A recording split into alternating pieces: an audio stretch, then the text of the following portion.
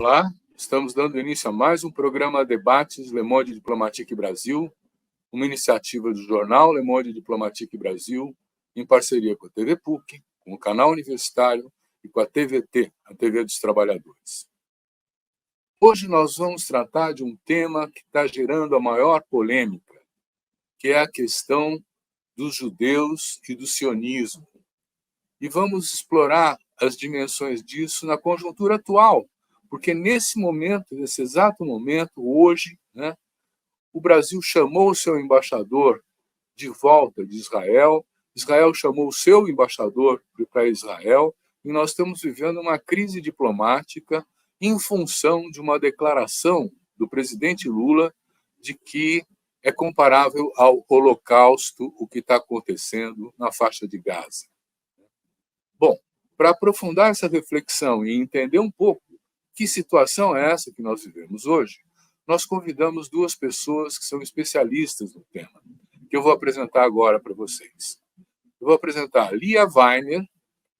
A Lia Weiner é psicóloga social, é doutora em psicologia social pela Universidade de São Paulo, professora do departamento e do programa de pós-graduação em psicologia da Universidade Federal de Santa Catarina, é membro do Núcleo de Práticas Sociais, Estética e Política da Federal de Santa Catarina, pesquisadora de Psicologia e Relações Étnico-Raciais, diretora da Associação Brasileira de Psicologia Social no biênio 22-24 e autora de livros Entre o Encardido, o Branco e o Branquíssimo, Branquitude, Hierarquia e Poder na Cidade de São Paulo e Famílias Interraciais, Tensões entre Cor e Amor.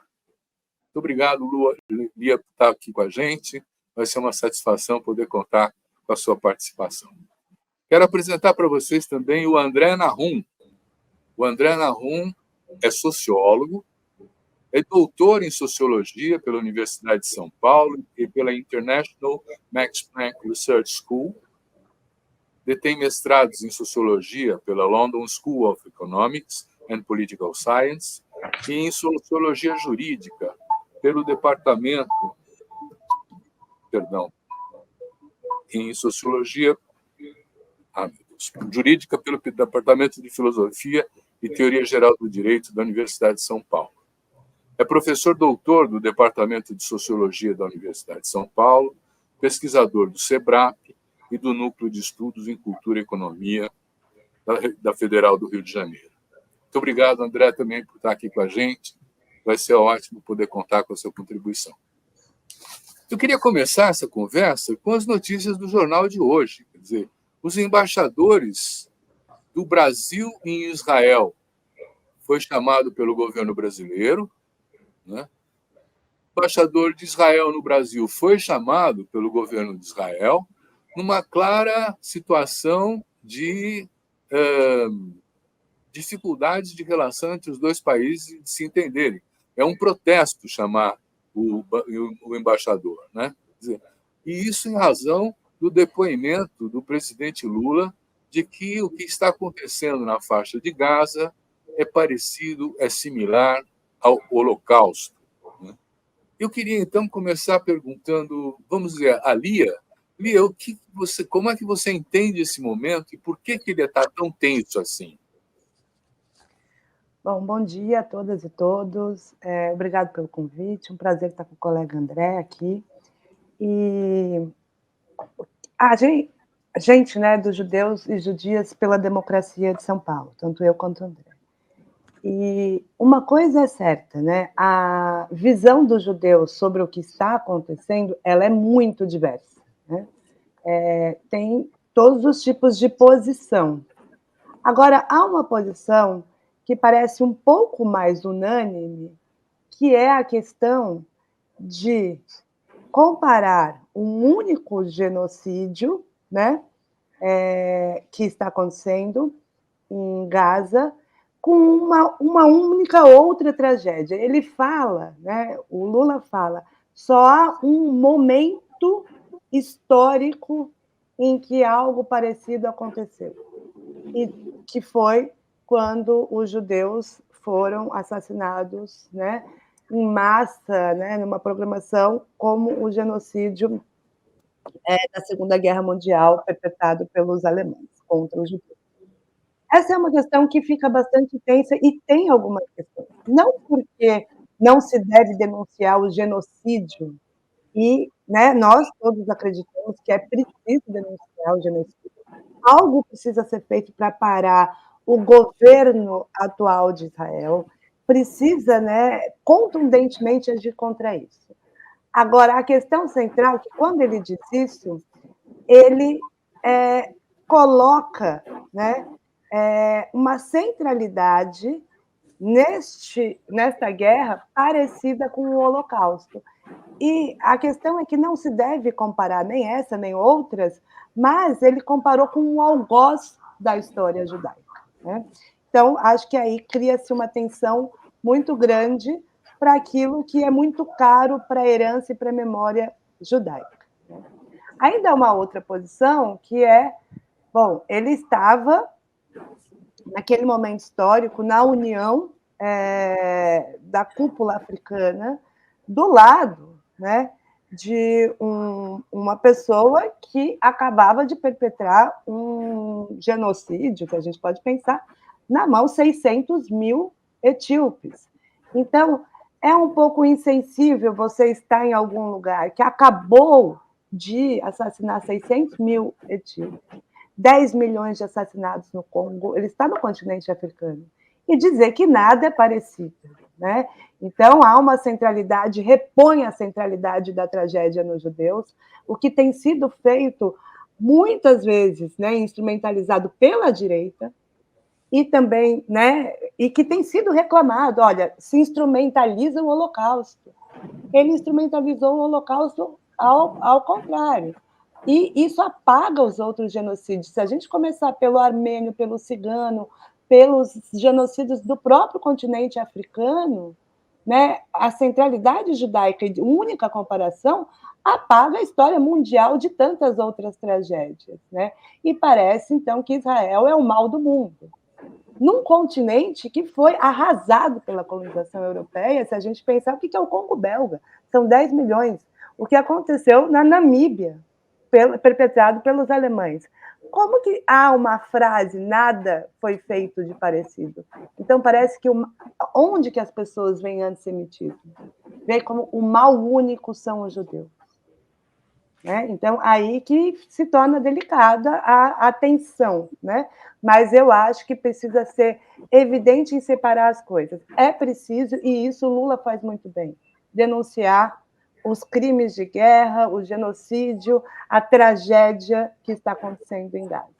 Não é possível dizer que os judeus e Israel são o mal único e que nada é comparável àquilo. Isso é uma aberração da fala dele.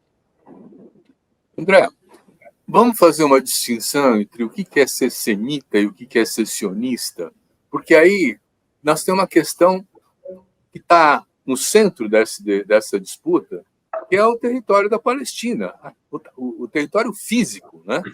E eu andei dando uma pesquisada, quer dizer, essa ideia de que a nova Canaã é a Palestina e é preciso povoá-la, concentrar judeus aí para garantir que essa terra seja, de novo, a terra dos judeus e criar aí o Estado de Israel, quer dizer, é toda uma coisa complexa que vem de longe, né? Quer dizer, a primeira conferência que vai tratar desse assunto, eu acho que é em 1897, quando é criado o movimento sionista. Você pode contar um pouco para a gente a gênese disso e o que é? Eu acho, primeiramente, bom dia, Silvio, bom dia, Lia, bom dia, espectadoras, espectadores. É um prazer estar aqui nesse programa. E a pergunta é muito pertinente, eu acho que essa é uma discussão muito necessária nesse momento, porque a gente escuta muito o uso do termo sionismo, né? E confusões entre sionismo, Israel, judeus, né? E é bom ter esse espaço, eu quero agradecer, né? Eu acho que a forma mais produtiva para colocar esse assunto para o público amplo, brasileiros sobretudo, é pensar que, como você bem colocou, esse pleito por uma autodeterminação política na forma de um Estado nacional para o povo judeu tem origem no bojo de um movimento muito mais amplo, nacionalista europeu, né? Romantismo europeu. Os tchecos estão querendo isso, os sérvios estão querendo isso, né? Quer dizer, todos os Balcãs estão querendo se independizar do Império Otomano, né? A Itália e a Alemanha querem se unificar, né? O que há de distinto, né, neste pleito? O que há de distinto é que esse pleito ele é alimentado, ele ganha força diante de um milênio de perseguição, de expulsão, de exclusão de judias e judeus do continente europeu, né? Existem dois únicos territórios nacionais, estatais, melhor dizendo, na Europa, que nunca tiveram leis restringindo a presença de judias e judeus. A Escócia, antes de virar parte do Reino Unido, e os Países Baixos. Todo o restante, em algum momento, resolveu se livrar de judias e judeus. Em algum momento, portanto, no século XIX, e muito sob a inspiração desses movimentos nacionalistas, né, que estavam surgindo em toda a Europa, na América Latina, né, na África, na Ásia, né, os judeus falam, bom, então vamos também nós constituirmos uma entidade estatal que sirva como refúgio para nós. Tá? Esse movimento, ele não representa, de fato, como você sugere, a totalidade do judaísmo, não é a única forma de judeidade, mas vai ganhando força, e sobretudo diante, né, do Holocausto. Lembremos que, como você coloca, o primeiro congresso é do século XIX, final do século XIX. Esse pleito vai ser atendido em 1947, né? Quer dizer, e a independência se dá em 1948. Então, são aí meio século de lutas, né? E esse reconhecimento, que lembremos, foi feito pela Assembleia Geral das Nações Unidas, presidida por um brasileiro, né? Tem muito a ver com a experiência do extermínio em massa de judias e judeus europeias, durante o Terceiro Reich. Eles não foram as únicas vítimas, né, sem dúvida, mas isso fortalece o pleito deles. O problema de refugiados que existia no imediato pós-Segunda Guerra também fortalece. Né? Então, é importante colocar que tem uma história. E a comunidade internacional decide, então, em meados, né, no imediato Segunda Guerra Mundial, no meados do século XX, fazer uma partilha daquele território, né, reconhecendo o direito, né, ancestral do povo judeu a esse, né, parte daquele território. Né. Essa é a história até a criação. Né. A criação, como outros processos de formação nacional, de estados nacionais, é violenta, e nós, como judias e judeus pela democracia, em nenhum momento negamos isso, e nós afirmamos sempre o direito à reparação histórica, à discussão dos contornos dessa entidade. Mas, brevemente, essa é a história, né, desse pleito. Pois é, mas parece que os limites desse acordo de Oslo, né, ele não foi reconhecido e aceito da parte dos judeus, porque houve uma compra de terras na Palestina e uma convocação dos judeus do mundo inteiro para se concentrarem lá e criarem uma nacionalidade. E é curioso, né, porque eu não conheço outro caso, talvez tenha, ignorância minha, né, de que um povo usa um critério étnico para criar uma nação. Não é? Como é isso, Lia? Bom, há muitos estados, nações criados a partir de critérios étnicos. Né? Se a gente for pensar as próprias brigas que acontecem em quase todos os estados, né, do Oriente Médio, há brigas ligadas à, né, compreensão de estados no Oriente Médio por questões étnicas, né? não é uma prioridade judaica, né? Se a gente for pensar a guerra dos xiitas com os sunitas, são todos critérios étnicos numa briga por nação. O que me parece, né, é a Alemanha, quando ela não reconhece alguém que nasce na Alemanha, né, ou como alemão, mas apenas se tiver descendência alemã, ela está usando critérios étnicos, né? Então, eu acho bastante importante a gente pensar que tem um tipo de acusação feito a Israel que há uma excepcionalidade de Israel como se não houvesse isso em outros lugares, né? Há, por exemplo, uma condenação dele ser um país teocrático. Bom, ele está do lado, ele está no Oriente Médio, né? Do lado de muitos outros países teocráticos. Mas parece que só ele pode estar sendo condenado por ser teocrático. Essa não é uma defesa de Israel e eu não acho bom ser teocrático. Mas essa excepcionalidade em que se condena Israel é que deve ser pensada. Por exemplo, a primeira condenação de Israel é que ele é um Estado artificial. A minha pergunta é: qual é o Estado que não é artificial? Deus deu por acaso o universo um Estado? Todos eles são feitos a partir de pleitos, guerras, negociações, né? Se a gente pensar a demarcação entre França e Inglaterra, 100 anos de guerra, são todos a partir disso, né? O que acontece com Israel é que nós estamos acompanhando, no momento contemporâneo, essa, né, guerra para a construção de um Estado-nação. Só que ele não é diferente da construção de todos os Estados-nações. Agora, o que é devidamente criticável é como as construções de Estado-nação, pensando o Brasil, pensando todos, são muito violentos, né? Se a gente pensar a construção do Estado-nação Brasil, se deu num duplo genocídio. E todos os imigrantes que estão aqui brancos são beneficiados por esse duplo genocídio, né? De terras, estamos todos em terras indígenas.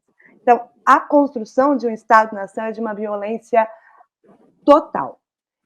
E Israel, ele faz parte das construções de Estado-nação. O que acontece, né, quando se pergunta se os judeus são sionistas ou antisionistas, ou o que isso significa? Eu tenho uma posição bastante parecida com o André, que é dizer que nós não estamos no século XIX. O século XIX era onde se pensava um projeto sionista. Então, naquele momento, fazia sentido. Você é sionista, você quer que esse Estado seja construído? E eu também não posso me pensar como anti-sionista, porque o que é a questão? O Estado já existe. Ele é reconhecido pelo direito internacional. Então, o direito internacional, ao reconhecer o Estado de Israel, é sionista. Porque sionismo significa, né, reconhecer esse Estado, né, ou acreditar que deve ser um Estado. O Lula, quando diz que reconhece o Estado de Israel como existência, é sionista. A questão é entender a polissemia do que significa sionista hoje. Por exemplo, para muitos judeus, sionista, quando alguém diz eu sou sionista de esquerda, só significa dizer que é a favor da existência de um Estado para os judeus após 2000 anos de perseguição. Agora, isso é o projeto que foi ali iniciado e que foi pensado. Agora, se a gente for pensar na polissemia, por uma grande parte, né, da crítica a Israel, sionista virou o colonizador branco, brutal, assassino. E aí eu gosto de pensar o seguinte: a gente consegue pensar que o socialismo é o mesmo que Stalin? Eu pergunto a você, Stalin é o socialismo, Silvio? O entrevistado é você. Mas Agora, eu acho que tem toda a razão em falar da o diversidade. O projeto sionista é o Netanyahu? A gente tem que chamar o Netanyahu de fascista, de violento, de criminoso de guerra, precisa ir para a raia. Associar Netanyahu a todos os judeus é racismo. E é isso que tem sido feito. Reiteradamente, dizer que todos os judeus, né, estão de acordo com aquilo, ou com a grande maioria acionista. E aí eu quero fazer um ponto, rapidamente.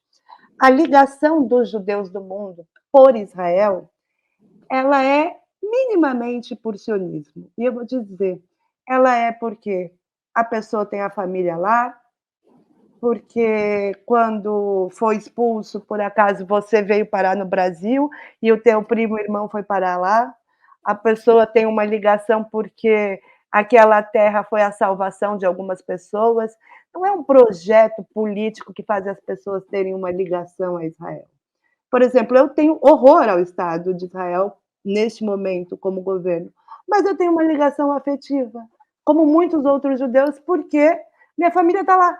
Então, eu acho que é preciso ter essa compreensão diferente da pessoa ter uma ligação com o Estado do que ser aquilo que, na polissemia de sionista, significa colonizador, opressão e detonação de terra. A gente precisa compreender que o que significa sionismo para os judeus não é o mesmo que está na linguagem de quem está, principalmente, defendendo, né, um Estado palestino. É possível, inclusive muitas pessoas dizem sionistas e defendem o Estado palestino. Não é o meu caso, eu acredito que sionismo e antisionismo não faz mais sentido. Existem 7 milhões de judeus lá, eles existem, 7 milhões de árabes, eles existem e ninguém vai sair de lá. Não faz sentido mais a discussão ser ou não ser sionista, nós não estamos no século XIX. Deixa eu entrar nessa história pelo seguinte, eu acho que a grande imprensa no mundo inteiro, né, não está contemplando essa diferença entre os conceitos distintos de sionismo que você está colocando. Quer dizer, e existem informações, análises, eu tenho acompanhado, por exemplo, o que o Breno Altman tem falado e tal, em que ele fala, olha, aquele acordo de Oslo não foi respeitado. O que aconteceu foi que o Estado de Israel, ou se você quiser ser mais generoso, o governo de Israel, né, ele acabou criando duas fontes de financiamento para ocupar territórios dentro do território palestino, violando aquele acordo anterior, não é, de que eram 2 estados convivendo lado a lado. Né? Então, houve financiamento para comprar terras e houve financiamento para agregar judeus nessas ocupações, para ir paulatinamente tomando o espaço que, de direito daquele acordo de Oslo, seria dos palestinos. Né? Como é que você vê isso, André?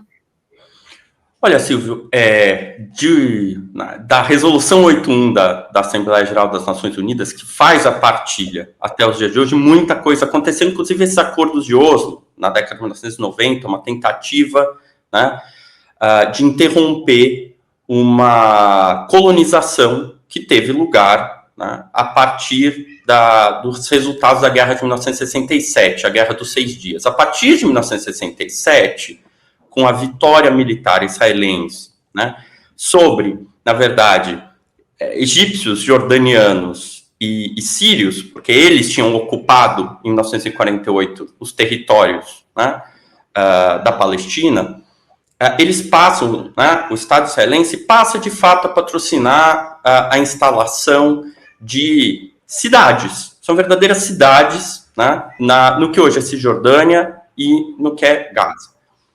Não precisamos, né, não tem nenhuma dúvida. Isso é um projeto de colonização ilegal que viola o direito internacional. Não só a Assembleia Geral das Nações Unidas, como o Conselho de Segurança, em inúmeras ocasiões, né, ressaltou essa ilegalidade dessa ocupação. Os acordos de Oslo vêm, em 1993, tentar acabar com isso. Você tem razão, eles fracassaram, né? Hoje em dia é difícil, né, dizer que eles não fracassaram. Por quê? Porque, mais por omissão do que por ação, esse processo não acabou. Né? Houve resultados muito diferidos desse processo. Primeiro, Gaza, né, hoje o centro das nossas atenções, foi desocupado, né, em 2000, na década de 2000. Demorou, mas foi. Tá? O Estado propriamente de Israel, né, parou de construir. na Cisjordânia. O que acontece é que os colonos continuam construindo a Cisjordânia e tem uma omissão da autoridade que cuida desse território, que é uma autoridade mista, mas sobretudo militar. Né? Então, quer dizer, a Cisjordânia foi dividida pelos acordos de Oslo em 3 áreas, isso é um pouco complicado, a gente não precisa entrar em detalhes aqui, mas existe uma área, uma parte, né, desse território, uma parte significativa do território da Cisjordânia que continua sendo administrado militarmente pelas forças de defesa de Israel. Isso é um problema. Né? Nós lutamos contra isso, algumas de nós, eu não estava nascido, mas alguns de nós, desde 1967, né, em Israel e fora de Israel. Isso é inconcebível, isso precisa acabar. Né? Não tem a menor dúvida, né, a respeito. Esse processo é um processo, né, violento, aí sim a gente pode falar em colonização. Agora, como você também colocou, existe uma disputa no interior do sionismo. Né? Para muitas e muitos sionistas, isso não é o verdadeiro sionismo. Né? Quer dizer, isso é uma deturpação.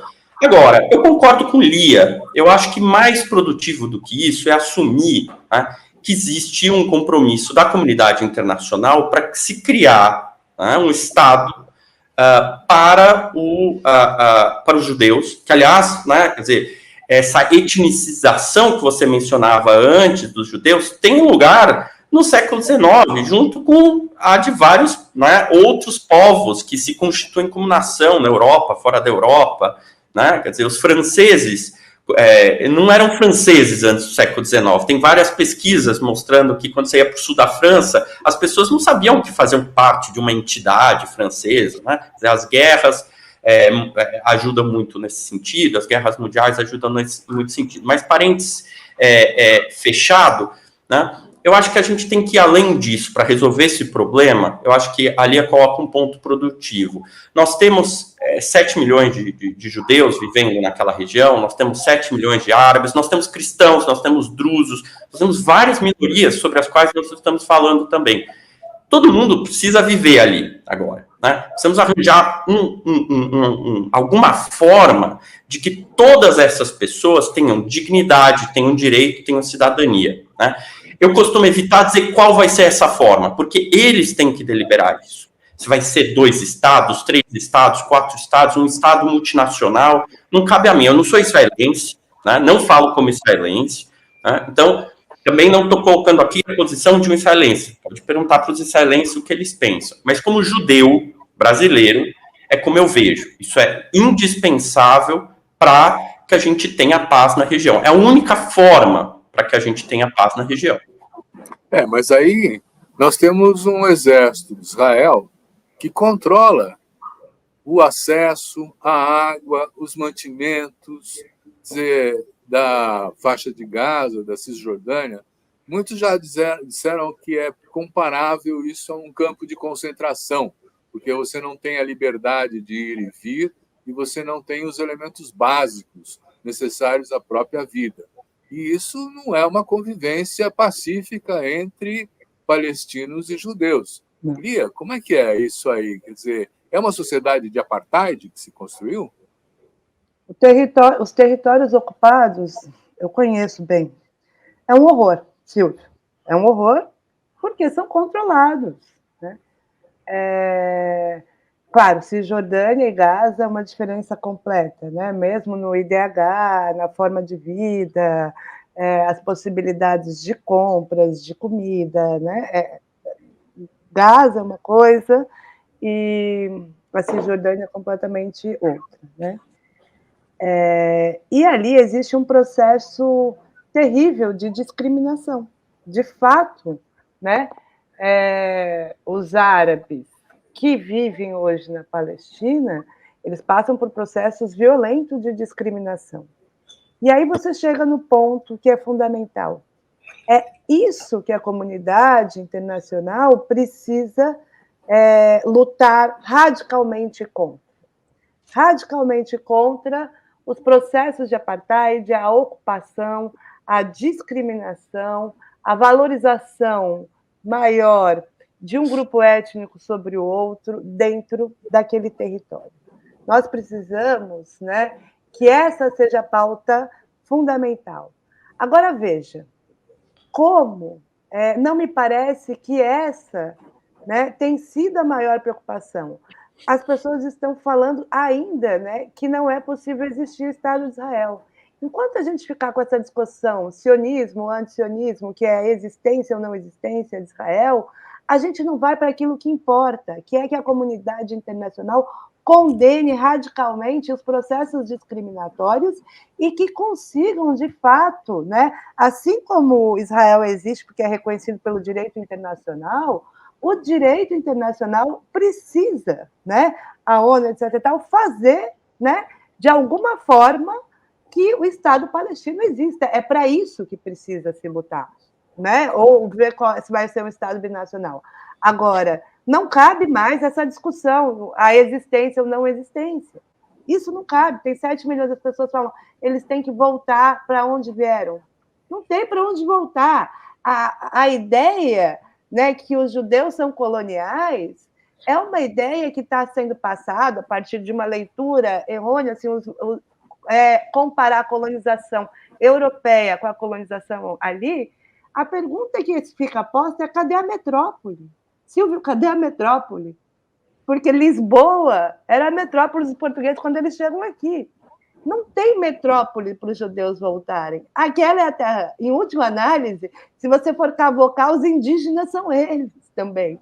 Então é o seguinte, é preciso denunciar os crimes de guerra, é preciso denunciar a quebra de todos os direitos humanos, é preciso exigir do direito internacional radicalmente uma posição que construa o Estado palestino. Mas essa discussão que fica sionismo, antisionismo, isso está acabado, a gente não está no século XIX, eles existem, entendeu? É uma discussão que só serve para pregar ódio e polarização, e a instrumentalização dessa discussão para a política nacional me parece o maior horror de todos, porque, de fato, eu acho que a gente sente muito mais, por cada palestino morto na mão de um israelense, de quem está instrumentalizando diariamente isso para ganhar voto no Brasil. Em vez de... Porque se tivesse, de fato, preocupado com as vidas palestinas e vidas israelenses, estavam dando vozes para ser ouvido para aqueles que lutam pela paz, como Stand Together, como todos os grupos que lutam pela paz. Qual é a voz que um radicalismo, tanto de um lado como de outro, tem dado para aqueles que pregam ódio, para aqueles que falam pelo fim do extermínio? A gente precisa que a mídia internacional escutem os grupos que estão pela paz, que são israelenses e árabes juntos. Tem o Stand Together, tem vários grupos. Esses não são ouvidos. São ouvidos quem propaga ódio. André, você está com a palavra, então, vamos lá. Então, a gente precisa... Toda a sociedade moderna é extremamente plural, né? Todo grupo é plural, né?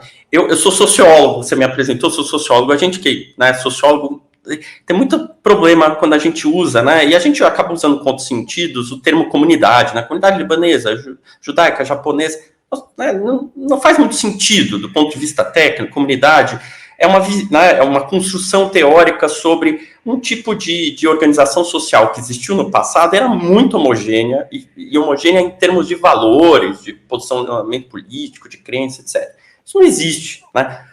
Os judeus são diversos, os muçulmanos são diversos, o projeto islâmico, o projeto político é diverso. A gente estava falando da diversidade do interior do sionismo, né? No judaísmo a gente vai ver uma diversidade muito maior, quer dizer, você tem os sionistas, você tem pós-sionistas, você tem pessoas que não se relacionam com esse tema, né?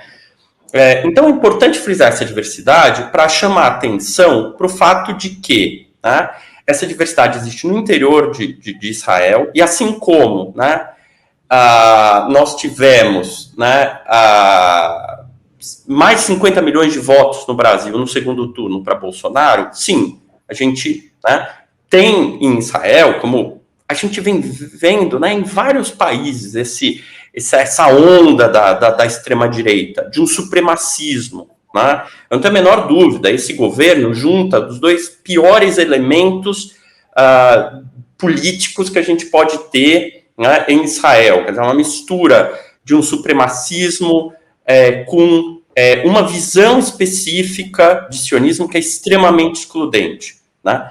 Mas isso é parte da sociedade. Antes do 7 de outubro, a gente vinha vendo manifestações massivas ocorrendo, né? Algumas das quais ocorrendo durante o Shabat. É um inferno fazer qualquer coisa durante o Shabat, porque não tem transporte público. As pessoas iam a pé ou alugavam vans para conseguir participar dessas manifestações contra este governo. Não só contra Bibi Netanyahu, mas contra os elementos mais regressivos, mais supremacistas que estão no governo de Israel, como é o caso de Ben-Gvir, como é o caso de Smotrich, como é o caso de Gantz, né? Então, existe essa diversidade em Israel, existe essa diversidade fora de Israel. Nós, judeus pela democracia, desde o dia 8, somos pelo cessar-fogo. Nós escrevemos uma carta ao presidente Lula pedindo que ele envidasse esforços para contribuir com uma solução política negociada para esse conflito. A gente ainda mantém essa posição. Só, né, a gente precisa parar essa guerra, a gente precisa parar essa punição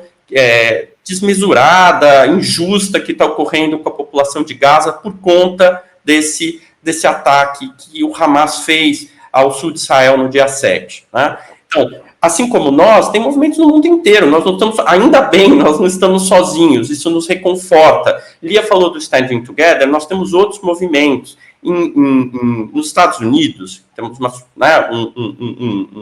o número de judeus e judeus é bastante grande. A gente tem tido protestos bastante expressivos em Nova York e outras cidades, também pedindo, né, o cessar-fogo. Eu acho que isso une, né, várias das posições que, por outras razões, né, são diferentes, judeus e judias progressistas. Nós queremos um cessar-fogo, nós queremos, como você disse, que acabe essa situação injusta de apartheid que existe hoje em dia em Israel, porque isso nos afeta. Como eu disse, eu não sou israelense, mas eu sou afetado, né? Eu sou afetado diretamente no Brasil, né, por essa, infelizmente, né, por essa questão. Eu não estou me comparando, né, com as vítimas desse conflito, por favor, né? Estou aqui falando com vocês, mas isso acaba contaminando, né, alianças importantes do campo progressista no Brasil. Outro ponto que eu queria colocar, a gente precisa entender esse conflito no interior da geopolítica atual, né? Quer dizer, não dá, e isso para mim me parece curioso, quer dizer, que as leituras mais à esquerda estejam falhando em reconhecer que, assim como que ocorre hoje em dia na Ucrânia, né, o que acontece em Mariupol, né, esse conflito está sendo usado, né, como em 67, como em 1973, como em 1948, por potências que estão, por atores globais que estão querendo, né, evitar uma ordem, né, bipolar Estados Unidos. China, a China está usando esse conflito, todo mundo usa esse conflito. E isso não, o que eu quero dizer com isso, esse uso precisa ser conhecido, porque isso não é no melhor interesse dos palestinos e das palestinas, né? O Bureau de Estatística da Palestina faz sondagens frequentes com a população da Palestina para saber o que eles pensam, atitudes políticas, etc. Frequentemente, essas sondagens mostram que as palestinas e palestinos, o problema deles não é com a existência do Estado israelense, é com a cidadania. Eles querem direitos de cidadania e querem dignidade plena. É para isso que a gente precisa trabalhar, né? É isso que eu peço, né? Como judeu, eu peço para Lula. Lula, você tem um poder, você tem uma habilidade imensa, né, de sentar à mesa e negociar. Não perca essa oportunidade, né?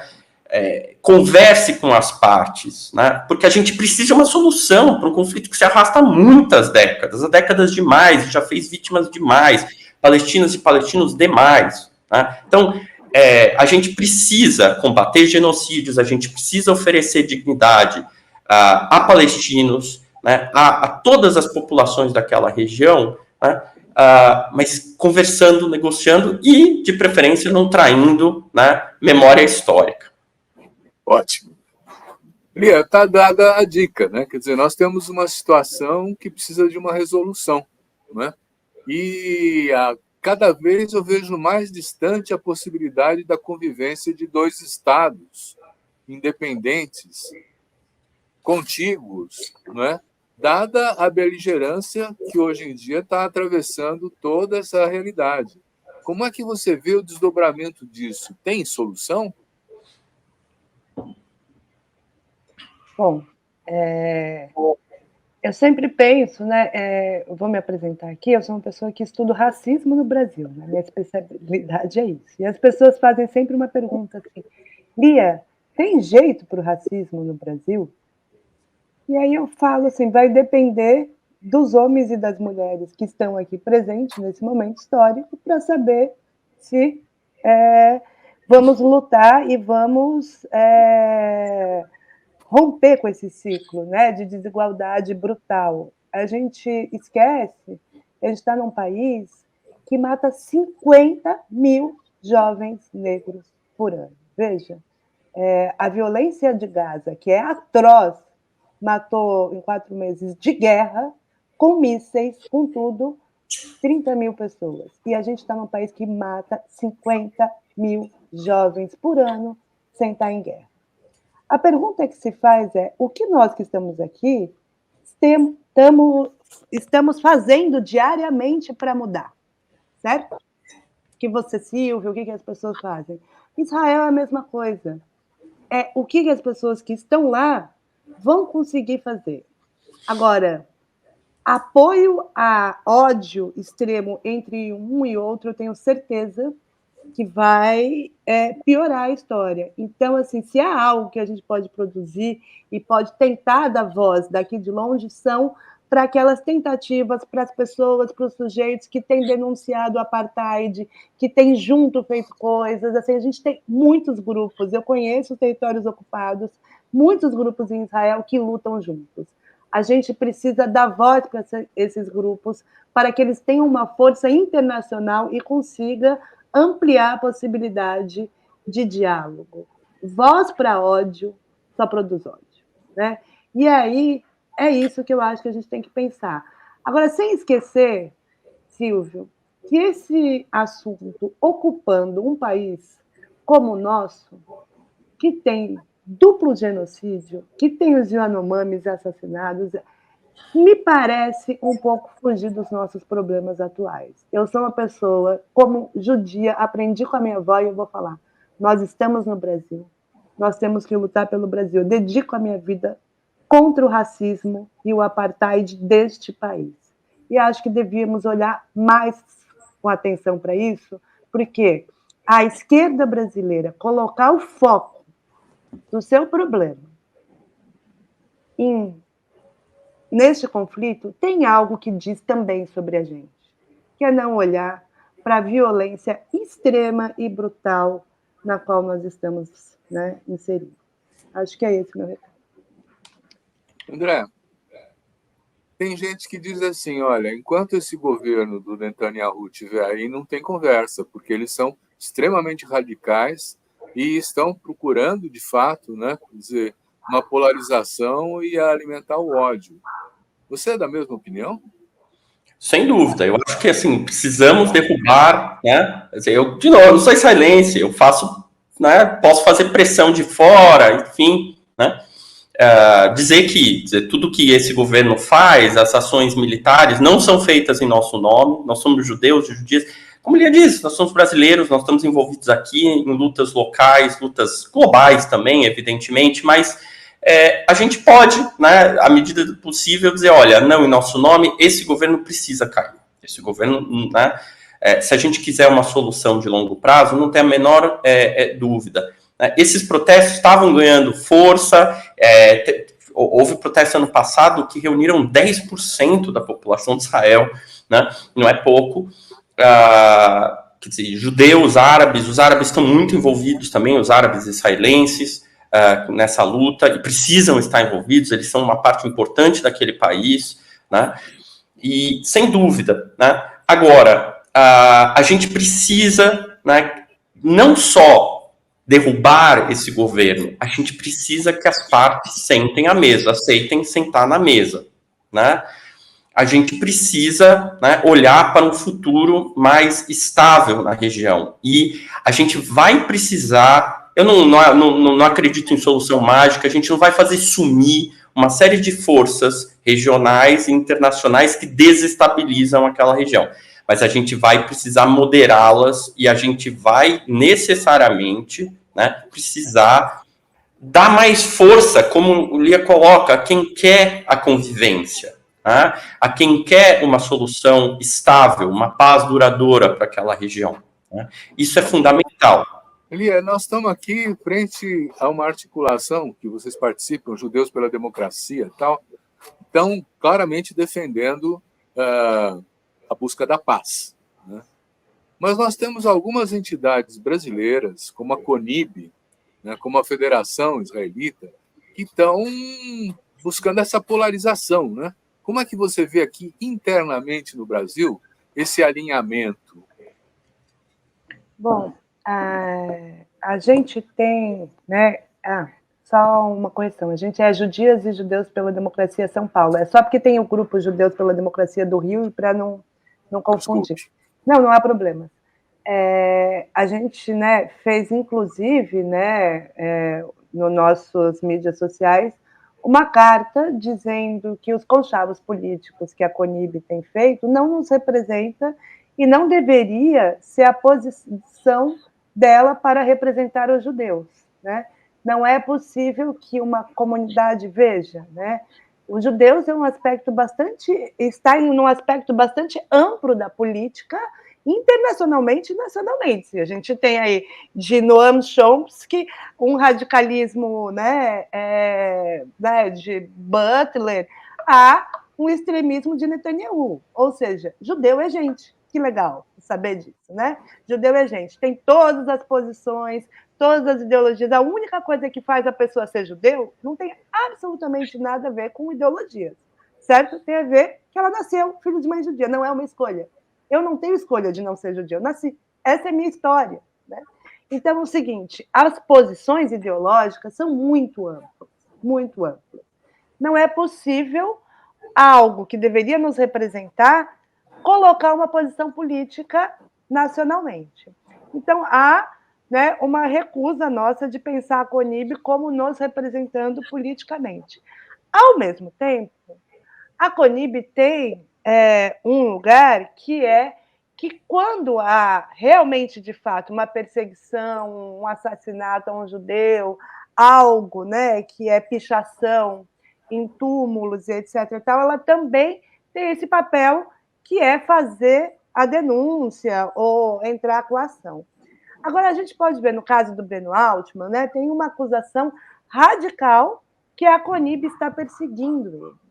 E eu queria colocar um ponto, porque eu não tenho a menor vontade de defender a CONIB. Mas quem entrou com a ação é a CONIB. Mas é a justiça brasileira que entrou com a condenação. Ou seja, a justiça brasileira, nas leis de discriminação, vê que chamar judeus de rato, o problema dele não é um ataque ao sionismo. É comparar judeus a rato, seria uma discriminação.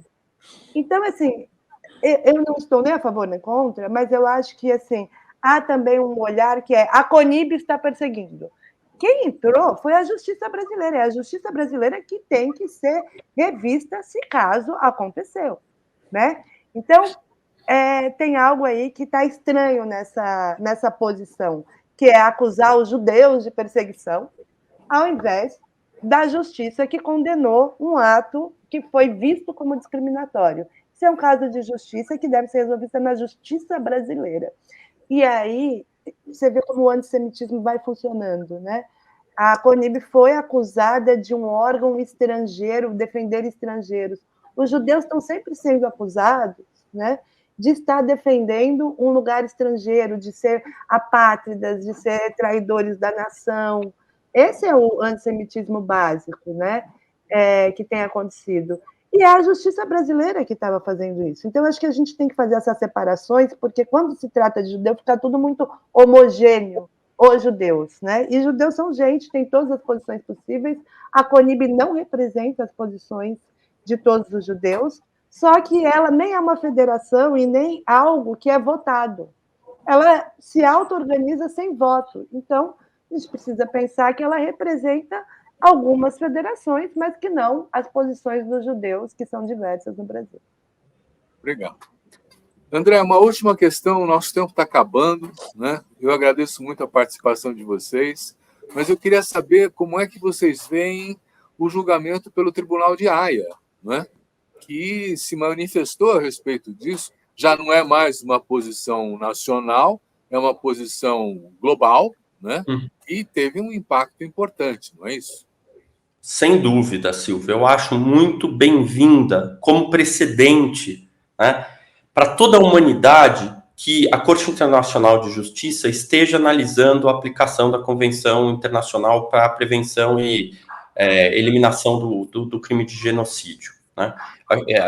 Eu recebo isso como algo muito bem-vindo. É necessário investigar, é necessário que se analise juridicamente se os crimes de guerra, as ações e discursos praticados pelo gabinete Netanyahu configuram, de fato, né, o crime de genocídio, né, o tipo penal previsto ali naquela convenção. Isso é muito bom. E, de novo, eu acho que já nas medidas preliminares cria precedentes importantes para a humanidade. Né? Para a humanidade, eu acho que para Gaza e para a humanidade, a responsabilidade de proteção às populações civis, né, como um elemento crucial nos conflitos militares, é algo que a gente, né, eu me encho de esperança de que em outros conflitos que estejam acontecendo neste exato momento no mundo, né, esse princípio também seja invocado. Né?